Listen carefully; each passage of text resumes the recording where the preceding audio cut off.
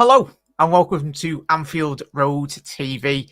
Premier League footy is back and we've got the first of many of shows to come this season. It's a hugely anticipated fixture for both sides. Ipswich, we're coming to Ipswich. I was going to say Ipswich are in town. It's me and Kev, the usual hosts, but this evening we are joined by Ben from the Talking Town ITFC YouTube channel as well. Big contributor on the channel, but we'll get Ben to shout out all the socials at the end, and where obviously everyone make sure you head over, show all your love and support for the lads this season, because it's going to be an exciting season. But Ben, welcome mate to the channel, and as I said, you looking forward to this season? Good God, yes. 22 years of absolute complete oblivion. we have gone through managers, players. There were times when we would turn up to Portman Road and it was just an elaborate excuse to have a really good burger. The football was a kind of a sideshow, so we thought of it as a really expensive, elaborate restaurant, and that was how exciting it was for us for years and years and years. But in the last 2.5, 3 years, we are completely and utterly transformed. Absolutely, it doesn't feel real that we are playing someone of the stature and the quality of Liverpool tomorrow. It just doesn't quite feel real yet, but I'm sure it will feel real at about about 1:30 tomorrow. Yeah, we were saying in the green room, weren't we there, Kev? Like from our perspective, really, for Liverpool, since we've changed manager in the Premier League either, that manager, no new manager has ever got a result, a win in their first opening game. That's not the best of results, but hopefully a good omen for Ben and the Ipswich fans, mate. Yeah, I don't care. Premier League is back, man. You know, the Premier League is back, and that's all I care about. Is just football is back. I don't have to talk to my family anymore. Things are great. You know, but I'm looking forward to the game, man. Welcome back to Ipswich Town. You know, I've got a long-standing affiliation with Ipswich Town. My granddad being there in like the 40s and 50s, kind of going back then, and he was kind of like, even though he was a Liverpool fan, you know, mainly he it's when you play football, you know, you kind of take a love for a team that you've played for a long time. I would say, like Jordan Henderson at Sunderland and then, you know, Liverpool. So he was there. So he was a massive. He's buried in an Ipswich Town scarf and the Liverpool scarf, gone down into the grave like years ago. But it's a big, long-standing affiliation. He's always talked highly of Ipswich Town. So he'd be delighted if he was alive today to see Ipswich Town back in the Premier League. 100%, mate. And welcome to any Ipswich fans as well. If you're watching this on the build up to obviously tomorrow's hugely anticipated game, welcome and good luck. As I said, in terms of, as I said before, Ben, before we come on air, as you alluded to at the top of the show, 22 years out of the wilderness in terms of the Premier League. You've mentioned your excitement as well, but I think the most important aspect and a big, massive part of your football club is the manager in the dugout. Really, I think from our perspective, from a neutral, I personally, and me, Kev, and everyone on the channel wants to really get a better understanding of where Kieran McKenna is. And more or less the impact in which he's made at the football club, mate, because is obviously 2 back-to-back promotions. It's absolutely fantastic. You look at what Ipswich have done and Bournemouth, but like there's clubs out there, but I think the job in which McKenna's done is absolutely exceptional. Like what's he done? Like what's his magic formula really for you? I'm gonna start with the cliche, but then I'm going to go into the particulars. He gave our heart back. He gave the heart of this club back, which I think have been lost for so many generations of fans, and we kind of almost skipped a generation of fans almost in the years below. But this is a young manager who had his education under Solskjaer at Manchester United, under Mourinho, Villas-Boas, all these top managers. He was quietly there in the background. He was a player that got injured at Tottenham at 21 and could never make a career. So he quietly went about learning and learning and learning. And he came to us as a complete novice when Paul Cook left, and he swept out all the crap, which we do thank him for. And he left this kind of clean slate. We had this young manager come in. No one had heard of him, fairly good pedigree. But what we noticed, I think, instantly was a calmness, an emotional maturity, a tactical maturity, someone who's very thoughtful and considered. It's interesting that there was a video on the socials. It was company and in Burnley, shouting at all the players on the that was mad, that one.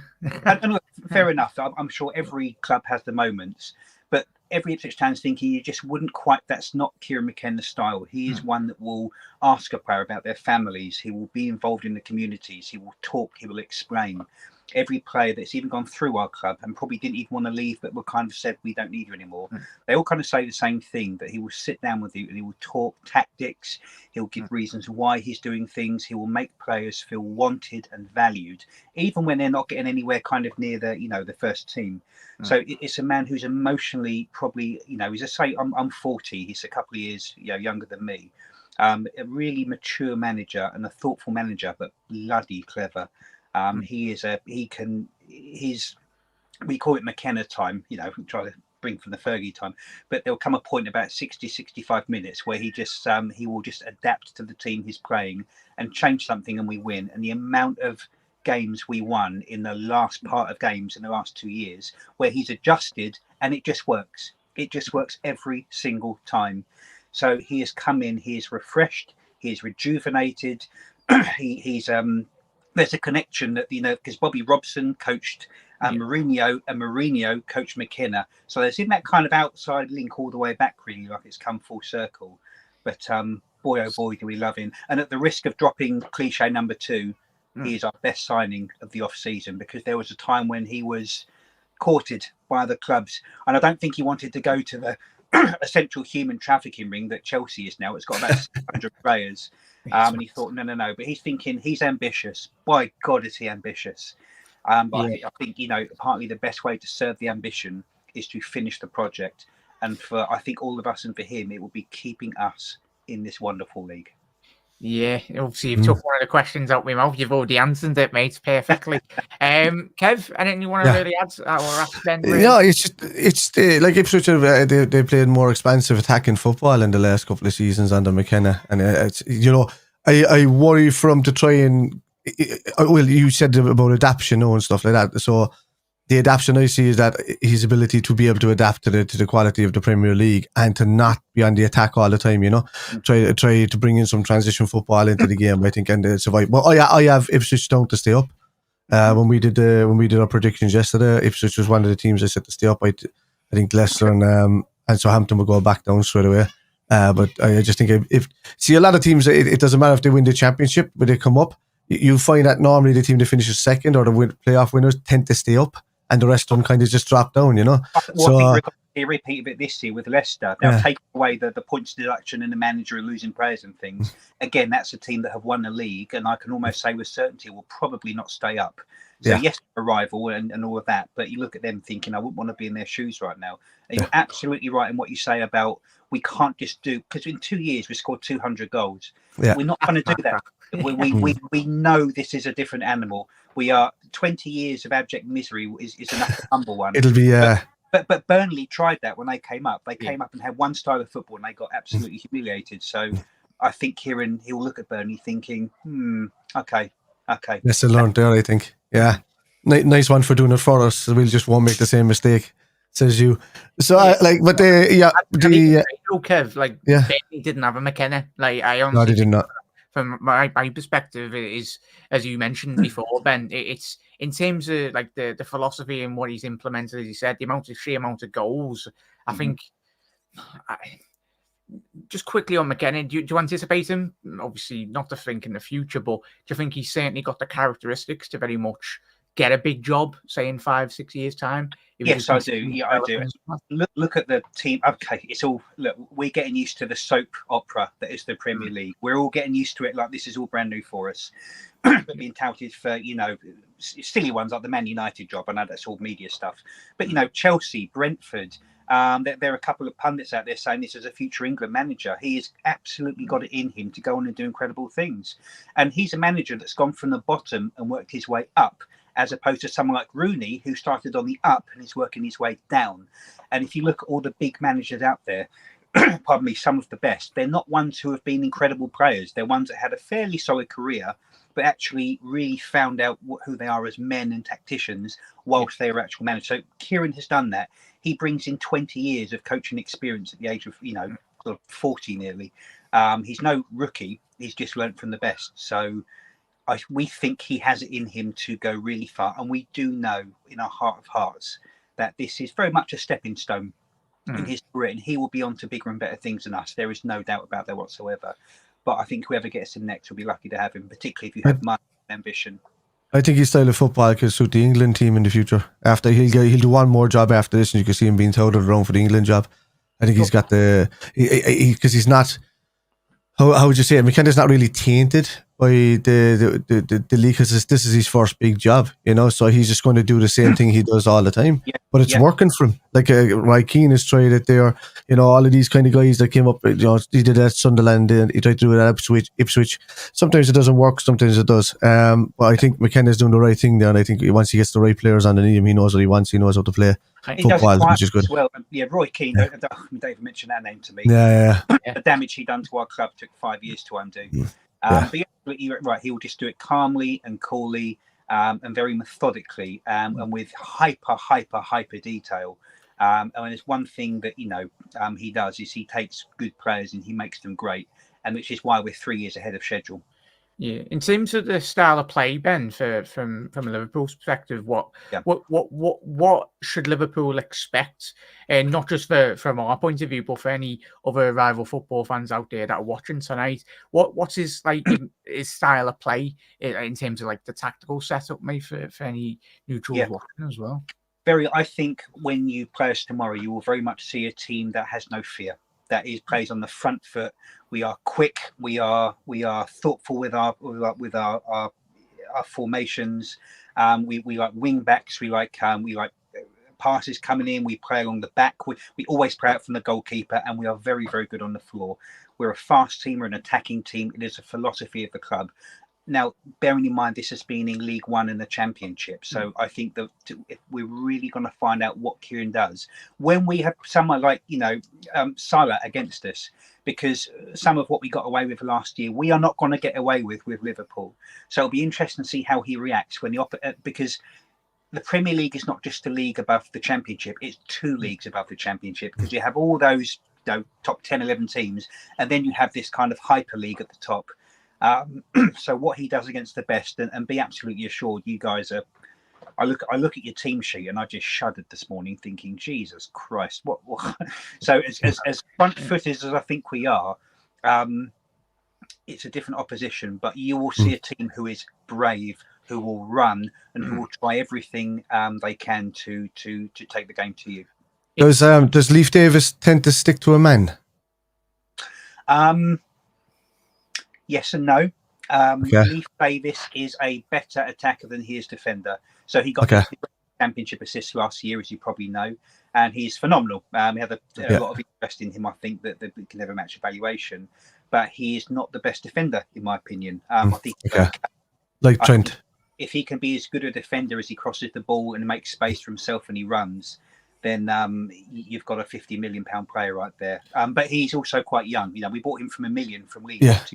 So and when you're looking at the shit, because you see the way a slot sets up now, if Leif Davis keeps coming out onto Salah and Salah gets in front of him with that ball, the open behind for Szoboszlai or Elliott or even Darwin or Diaz running through is just going to be wide open. So that's what I think. Tomorrow, no matter what, if you could come and get a draw, and it could be one of those brilliant days for you. But even if a loss comes your way playing us tomorrow, I think it's baptism of fire. I think, and it'll just teach the squad what's to come for the rest of the season. Getting one of the hardest home games out of the way instantly, and it's done. And which is good. So I think everybody's going to hope in Ipswich that they'll come in and surprise, but we've got to get that record off our back as well of a manager not winning his first game in the league.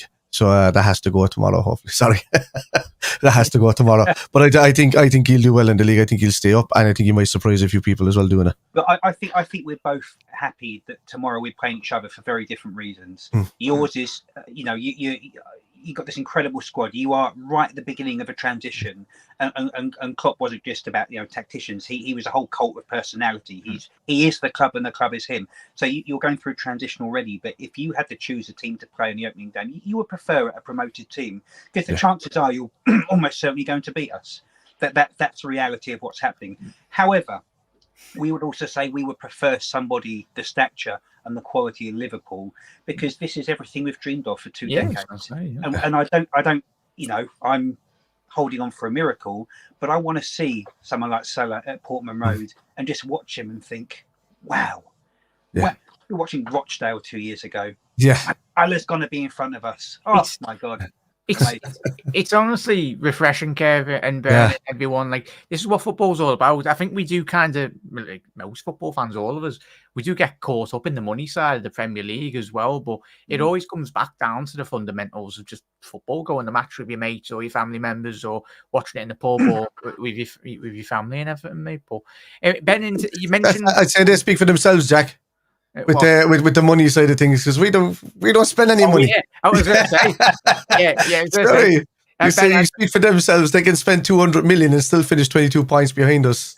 All your Uniteds and your Chelseas and all of them guys. So let them do it. We were doing the right thing at the club. That's what we're saying. So. Yeah, Ben, just a shout up to obviously, I don't know if you've been watching any YouTube content, especially mine and Kev's. We missed out on a new Spanish midfielder, and like it's not like the Premier League starting in about 24 hours time, like, but it's all panic stations supposedly. And Ben, obviously, Kev did allude to one of the players, but in terms of from an Ipswich perspective for the players for tomorrow and looking past this game at the weekend, but in terms of the key players that you've currently got available, and obviously we'll speak about the transfers coming in a little second, mate. But in terms of the key, who would going to be like the key, hopefully standout players for Ipswich this new season? Yeah, and I think that's a really, despite all of our success, it's easy to say, here's who we think will adapt the best. I think our best player at the club right now is Hutchinson. He was on loan for us last year from Chelsea, and he was just an absolute revelation. And he started his first game, and we thought, yeah, he's good, bit of a rough diamond. And then he got Kieran McKenna, and he turned him into something brilliant. We just paid 20 million for him. Ironic that we're probably one of the few players that Chelsea have put out rather than brought in. But he is brave and young and daring, but he's hardworking as well. And he's so, you can see his education. He's gotten smarter on the field and his off the ball tactics as the years gone on. So for the one to watch for us will be Hutchinson, but we also have Connor Chaplin and Wes Burns, who have been mainstays right from our times of League One, and they have gone up with every piece of quality. Every time a question's been asked of us of good teams, they have answered. And Chaplin's something of a talisman. He's our top goal scorer last year, got a hatful of goals the year before. He's wonderful. And we've got Sam Morsey, who's a really solid captain, a real baller. He'll only play 30 games because he gets a red card every sort of 6-7 games. He won't got 5 yellows, So he is I'll say Roy Keane-esque without the attitude, but he's a hard player. So we've got this little core nucleus of really fantastic players, along with Leif Davis, as you've already mentioned, who is, again, is just a wonderful cross of the ball who runs at wing backs. He's very, very good. So we have this lovely nucleus that is a kind of a mix between who we've brought up from League One and developed, who we've captured and kept in the Championship. And obviously, as you said, we're about to go on to a couple of players that were brought in. Yeah, goodness. Yeah. But watch tomorrow. I'll be interested to see Liverpool's reactions to Hutchinson. And we're all fascinated. What is a boy like that who annihilated the Championship? What's he going to do against the best? We're all dying to find out. Yeah, and it's great to see him get it. Did you get him on a full transfer this window, mate? Was it 20 million? Yeah, 20 million. So that's fantastic. I've some of his stats here, Jack. If you want to have a look at it. Yeah, go on. So because I was looking at him, they're very, very impressive. Anyway, just if you can. Oh, okay, so it's not there. So he's in the 97 percentile for progressive carries. He's 90 percentile for non-penalty goals. He's 98 percentile for blocks. Would you believe? Defensive. Exactly that type of player. 93 percentiles for touches in the attacker's penalty area, and for progressive passes in the 92 percentile. That's very good for a 20-year-old young fella. To be honest with you, the rest of them all kind of balancing out between the 70s and the the 50s and the 70s with a couple. His pass completion is a bit poor, so he's not one for trying. But I think once he gets older, that will just shoot up. And in the Premier League, you have to be more precise. So instead of I think that'll jump from 32% right up to 70 odd. I think fairly soon. So yeah, some good stats there he has for a young fella.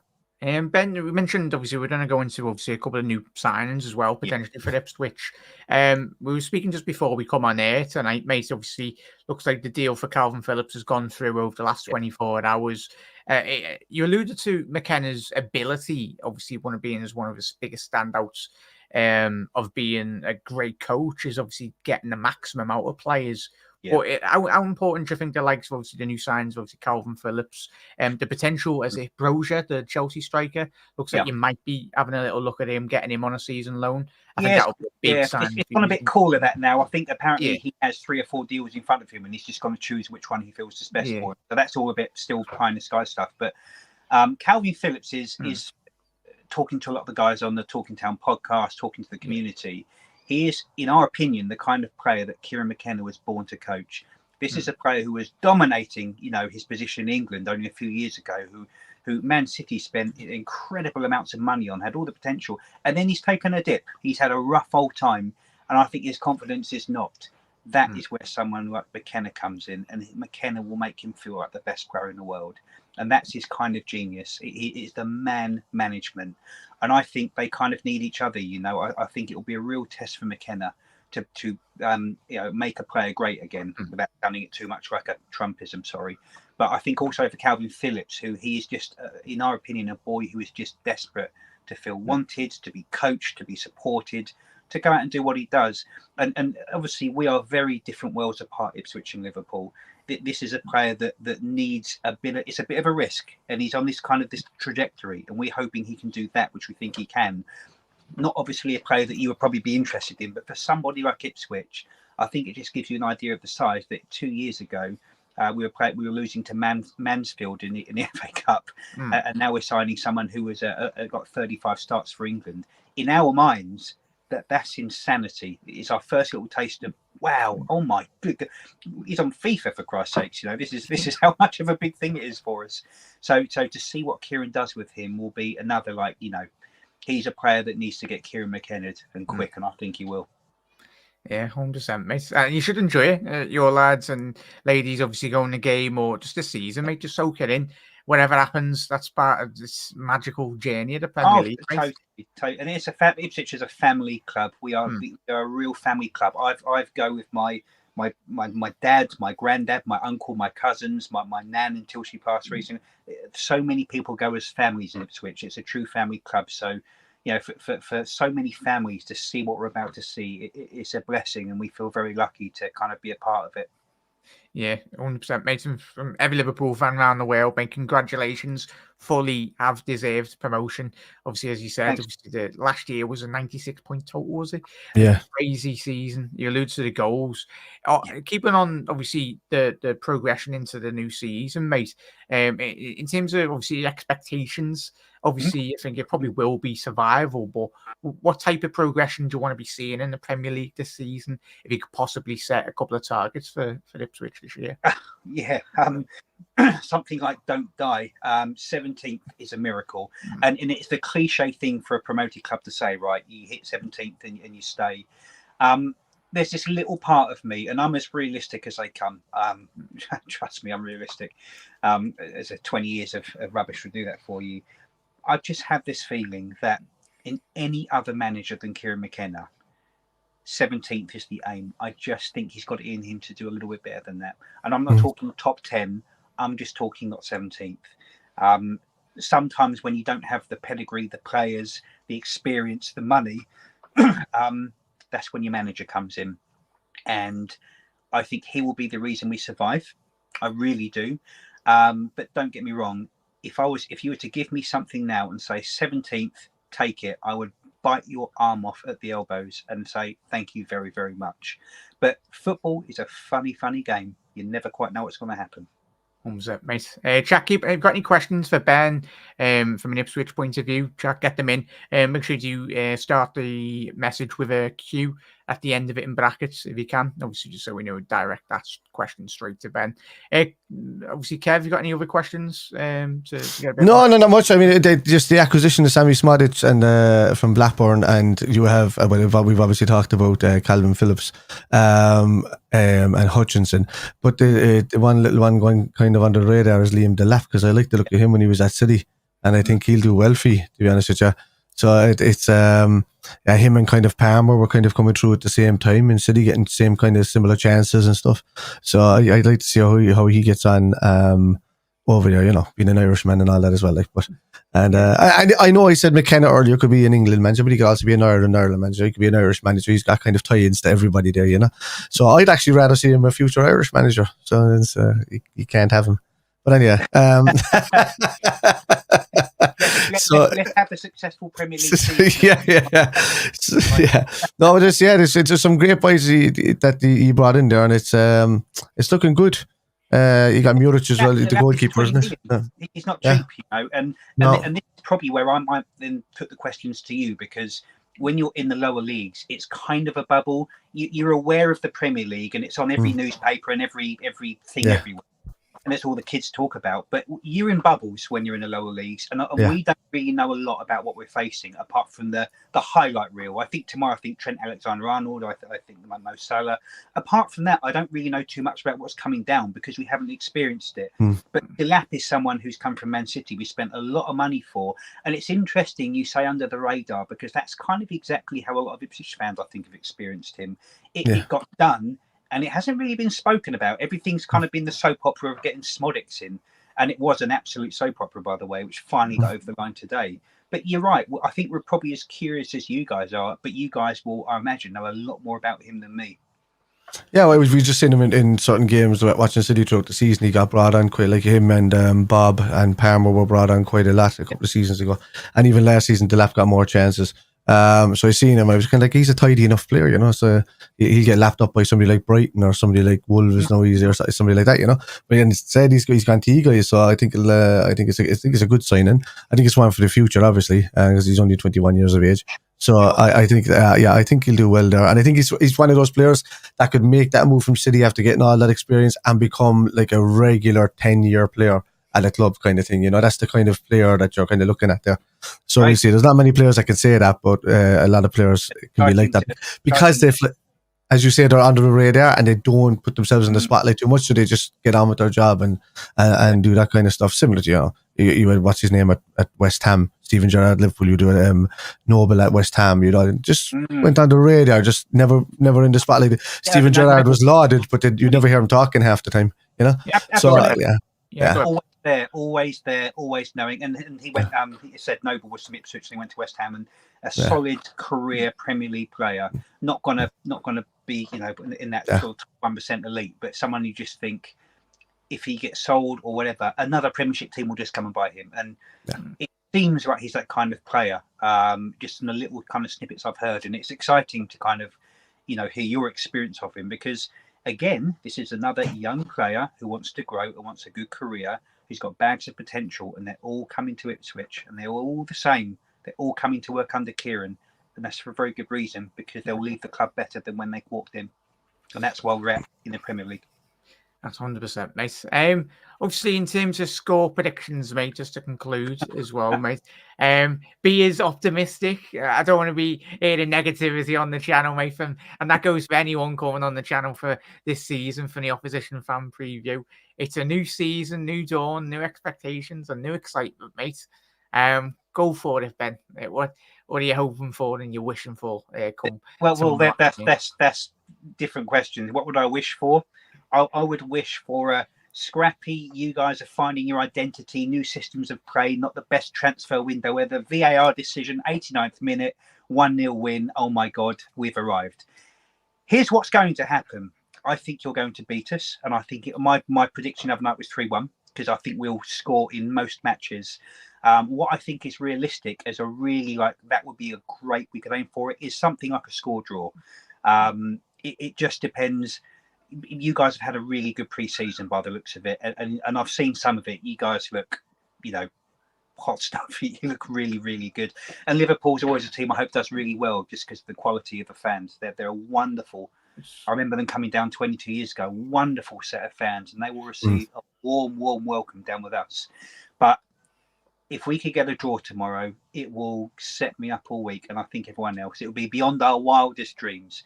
But if I was to put my mortgage on it, we ain't getting shit. You never know, mate. As we said at the top of the show, football was a very fickle old game, as we know, mate. And Kev, we know, and most Liverpool fans, anyone watching from our perspective, football's not as easy as just putting 11 lads on the pitch and letting them trying to play some decent football as well, mate. Just the closing point, Ben, really, as well. And Kev has any other questions as well to close out the show? No, my only point was going to be about Delap, because I didn't change it. He's actually the son of Rory Delap, the throwing expert that was at Stoke. Has for a long throwing like that's what I'm thinking. I seen Niall mention it in the chat there, and I just said I'd have to have a look up and see if he has the same type of throwing, but I don't know. Rumor has it that he threw a ball in his last game that's still in the air before his son reached it. I mean, some of that, please. Yeah. 100%, mate. In terms of obviously, what's one of the most, obviously you alluded to obviously playing the big boys in the Premier League, really, but I think one aspect, obviously, it's obviously sustainability in football is very key. As a football fan, in terms of the revenue streams coming into Ipswich, as well as the great football that you will see, hopefully from McKenna's, from your perspective this season as well, mate.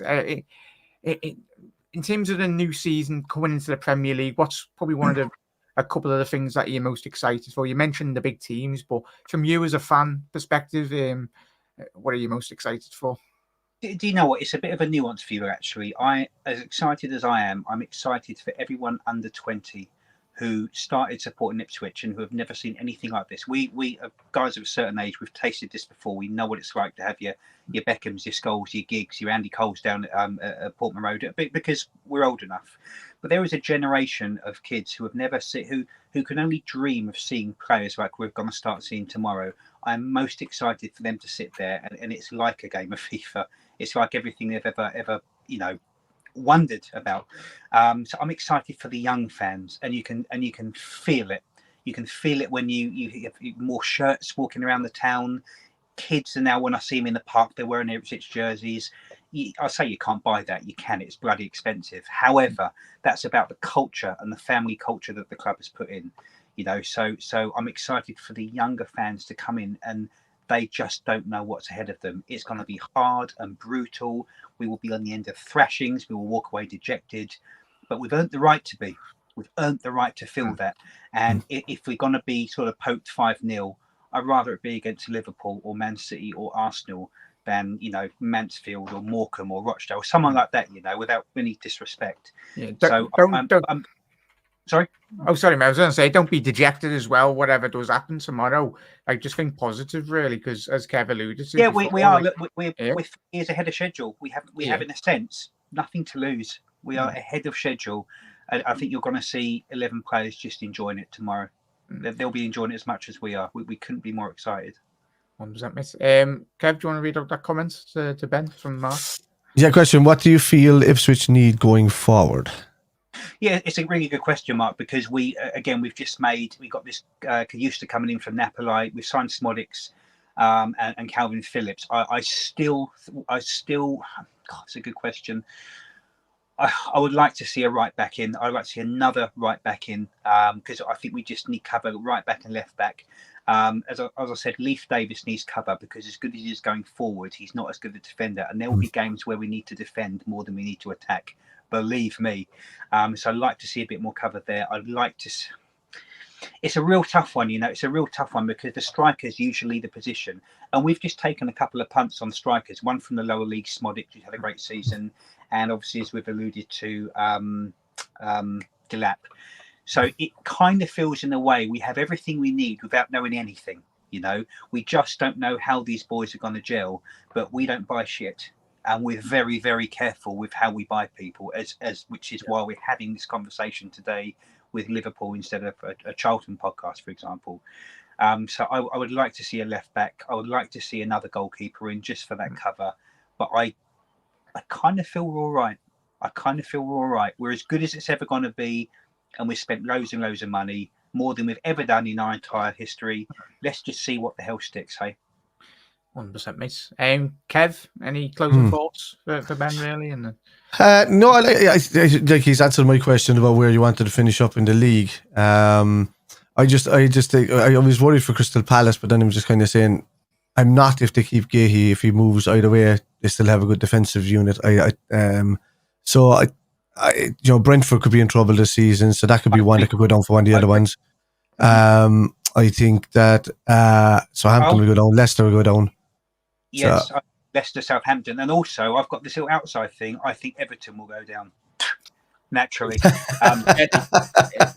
Ben, obviously, we've been saying that for like 20 years, mate. It just never. It just won't go. Even last year, like they had points deduction. They'll probably get points deduction this season as well, mate. But yeah, even if you whack them with a 30 points difference, they'll still manage to if they go down, we'll put them down with us, like the undertow of the Titanic. they're using that extra strong Velcro, the one that you can't get off. It's just this won't go. They won't go down. Like it's just that won't flush, hey? Yeah, exactly. Yeah. Ben, it's been an absolute pleasure, mate. Thank you very much for giving all your insight as well. Obviously, please do shout out where people can find, obviously, the channel as well that you do contribute as well, and obviously just shout out your socials if you want, mate, as well. Yeah, sure. I mean, I'm on Twitter, but I have no idea what my username is. It's Ben Adams something. I think I've got some numbers at the end, but I'm going to say the podcast. It's Talking Town. Talking Town. Martin, who started this in COVID, and this platform has just grown as the town has grown. A bit like this, it's just chatting with fans. Just what do you think? Disagreements, agreements, and excitement and devastation. It's a real community platform I belong to, and I, when we're all locked down from the world, we kind of all found each other with the one thing that's brought us all together, which is the love of our wonderful teams. So, Talking Town podcast. There'll be a pre-match and post-match. We usually get supporters from the other side on as well, just to hear the kind of reaction. So Talking Town podcast, check it out on Twitter and everything like that. And just check in on us every now and again.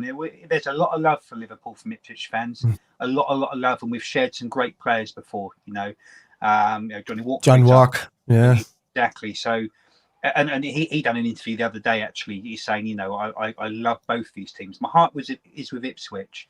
He said, I don't half love Liverpool as well. So I think there's a lot of love, and we love good fans who just come down, and the Liverpool fans, from what I remember, from what I see, they just make every home game against opposition just more magical. So you will receive a warm welcome down in Suffolk tomorrow.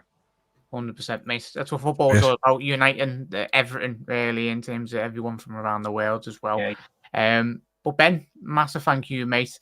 Massive thank you to Kev as well for joining me.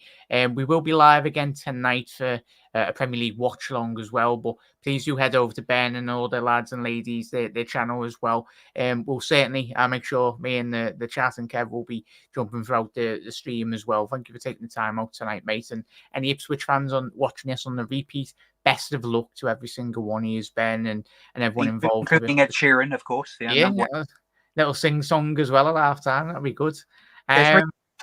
Just no good luck for tomorrow. You can have it for the rest of the season. I wish you boys the best. I'd love to see Liverpool win the Premier League. Yeah. Amazing club, wonderful culture, great fans who deserve it. After tomorrow, just go and smash it to pieces. Yeah. So, mate. But chat, make sure you head over, give Ben all your support as well, and all the Ipswich fans, and anyone travelling to and from the game as well. Look after yourselves, enjoy it as well. This was 22-year wait for Ipswich, fully deserve it, as Ben said tonight. But everyone, see you a bit later, 7:45. Everyone watching the game tomorrow, enjoy it. Kev, massive thank you. Ben, massive thank you as well. And everyone, see you later. You'll never walk alone. Thanks, guys.